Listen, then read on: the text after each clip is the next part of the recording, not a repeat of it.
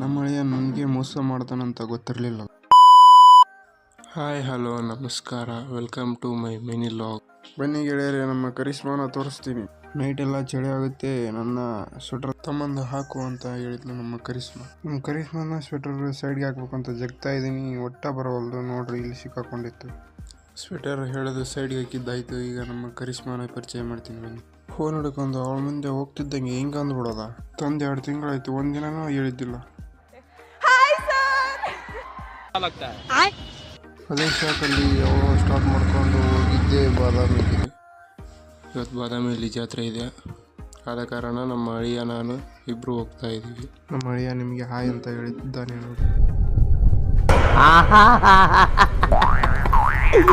ಏನೋ ಕಂದಲೆ, ಏನೋ ಏನೋ ಏನೋ ಏನ್ ಸ್ಮಾರ್ಟ್ ಆಗಿದೆಯಲ್ಲಿ. ಆಫ್ರಿಕಾದಿಂದ ನಡ್ಕೊಂಡೇ ಬಂದ್ಬಿಟ್ಟಿಯೇನೋ ಲೇ, ಇವ್ನ ಹೆಂಗ ನೋಡೋ. ನಿಮಗೋಸ್ಕರ ನಮ್ಮ ಅಳಿಯ ಯಾವುದೇ ಒಂದು ಡೈಲಾಗ್ ಹೇಳ್ತಾನಂತೆ ನೋಡಿ. ನಿಮ್ದ ಡೋಸ್ರಸ್ ಟೆಲ್ ಮಿ ಹರ್ ತಬುಸ್ ಕ್ರಾಕ್ ಒಯ್ಕ್ ನಿಮ್ ಬೊಮ್ಲ.